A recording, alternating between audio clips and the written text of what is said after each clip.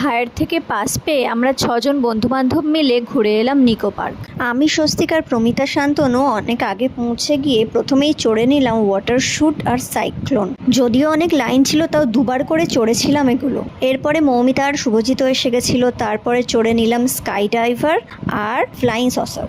এগুলো চড়েই খুব খিদে পেয়ে গেছিল, তাই চলে গেলাম পেট পুজো করতে। আমরা সবাই নিলাম মশালা ধোসা আর প্রমিতা নিল চিকেন নুডলস।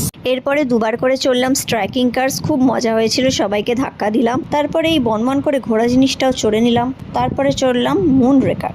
এরপরে কাপ অ্যান্ড সসার চড়ে মাথা ঘুরে গেছিল আমার। এরপরে চড়লাম স্পেশাল অ্যাট্রাকশন রিভার কেভস। তারপরে চড়লাম রোপওয়েতে, ততক্ষণে অন্ধকার হয়ে গেছিল, এর আগে চড়লে বেশি ভালো হতো। এরপরে আমরা চড়লাম প্যাডেল বোট। তিনবার আমরা স্ট্রাইকিং কার চড়ে নিয়েছি, আর চড়বো না। লাস্ট ফিনিশিং স্ট্রাইকিং কার চড়ে বেরিয়ে পড়লাম নিকো পার্ক থেকে। খুবই মজা হলো সেদিন। বাড়ি ফেরার আগে ওখান থেকে খেয়ে নিলাম এগ রোল।